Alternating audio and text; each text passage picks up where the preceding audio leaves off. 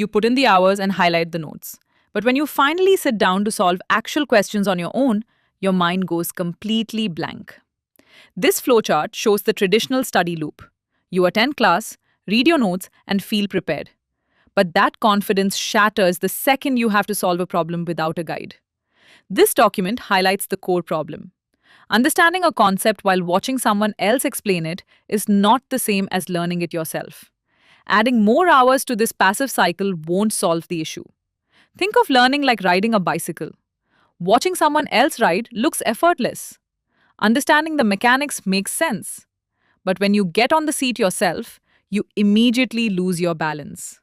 That initial wobble, the struggle of failing and trying to stay upright, is the exact moment your brain begins to learn.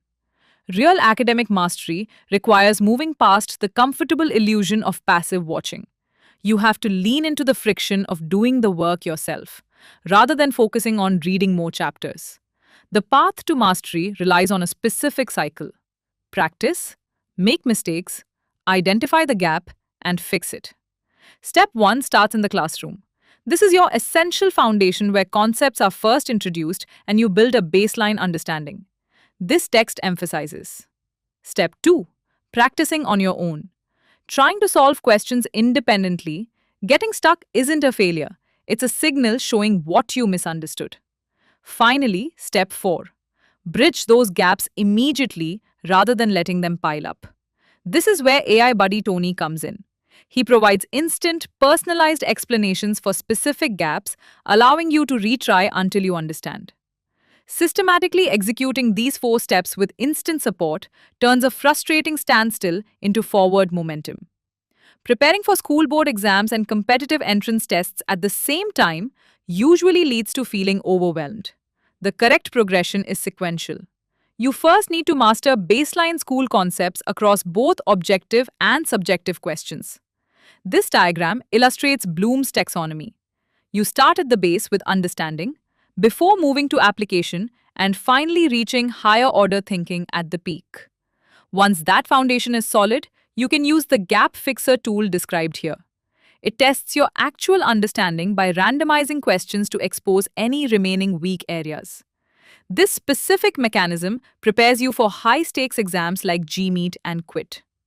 Moving through this phased, taxonomy-based structure builds readiness without the stress of being overloaded. This process changes how you approach an exam. You stop hoping for familiar questions and start knowing you can handle whatever you see on the page. This text outlines the daily habit that creates that certainty. After every class, you review the material and solve a few questions independently. Then you identify one specific thing you didn't quite grasp that day and use ease to learn to fix it immediately. This chart shows the mathematical reality of that routine.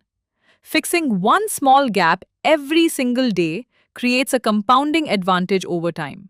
It replaces the cycle of endless studying and last-minute panic with systematic preparation. As shown here, the formula for academic success is straightforward. Practice leads to mistakes, mistakes lead to improvement, and improvement yields real confidence. Mastering concepts through deep understanding and independent solving builds the performance needed for any exam, regardless of how many hours you log at a desk.